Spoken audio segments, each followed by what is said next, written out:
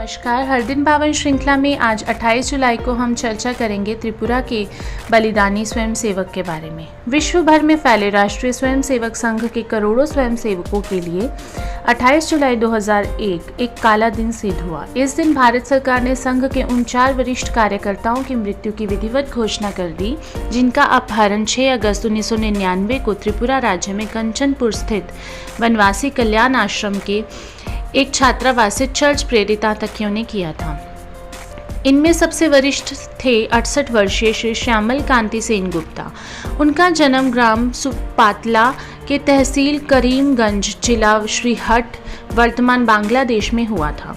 श्री सुशील चंद्र सेन गुप्ता के 5 पुत्रों में श्री श्यामल कांति सबसे बड़े थे। विभाजन के बाद उनका परिवार असम के सिलचर में आकर बस गया।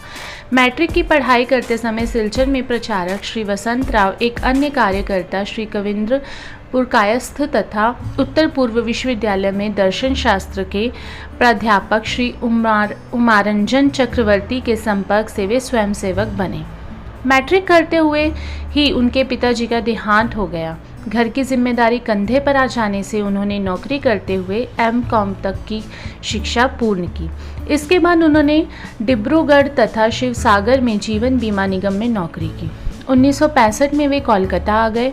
1968 में उन्होंने गृहस्थ जीवन में प्रवेश किया। इससे उन्हें 3 पुत्र एवं एक कन्या की प्राप्ति हुई। नौकरी के साथ वे संघ कार्य में भी सक्रिय रहे।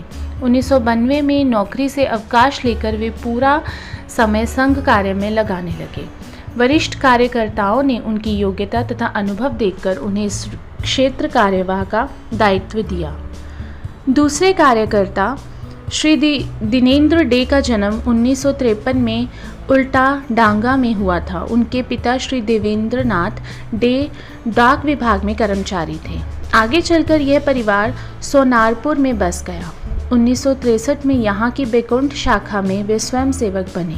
यहाँ से उन्होंने 1971 में उच्च माध्यमिक उत्तीर्ण किया। Diamond harbour Fakir Chand college से गणित ऑनर्स में पढ़ते समय उनकी संघ से निकटता बढ़ी और वे विद्यार्थी विस्तारक बन गए। क्रमशः उन्होंने संघ का 3य वर्ष का प्रशिक्षण लिया। प्रचारक के रूप में वे ब्रह्मपुर नगर प्रचारक, मुर्शिदाबाद सह जिला प्रचारक, कूच बिहार, बाकुंडा तथा मेदिनीपुर में जिला प्रचारक रहे। इसके बाद वे विभाग प्रचारक, प्रांतीय शारीरिक प्रमुख रहते हुए वनवासियों के बीच सेवा कार्यों में ही संलग्न रहे। 51 वर्षीय श्री सुधामय दत्त मेदिनीपुर शाखा के स्वयंसेवक थे। स्नातक शिक्षा पाकर वे प्रचारक बने। पहले वे हुगली जिले में चूचड़ा नगर प्रचारक और फिर मालदा के जिला प्रचारक बनाए गए।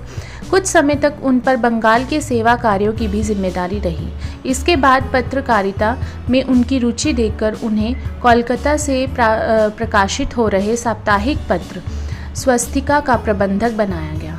अपहरण के समय वे अगरतला में विभाग प्रचारक थे। बंगाल में 24 परगना जिले के स्वयंसेवक 38 वर्षीय श्री शुंभ चक्रवर्ती इनमें सबसे युवा कार्यकर्ता थे। LLB की परीक्षा देकर वे प्रचारक बने। वर्धमान जिले के कालना तथा कारोयाद में काम करने के बाद उन्हें त्रिपुरा भेजा गया। इन दिनों वे त्रिपुरा में धर्मनगर जिले के प्रचारक थे।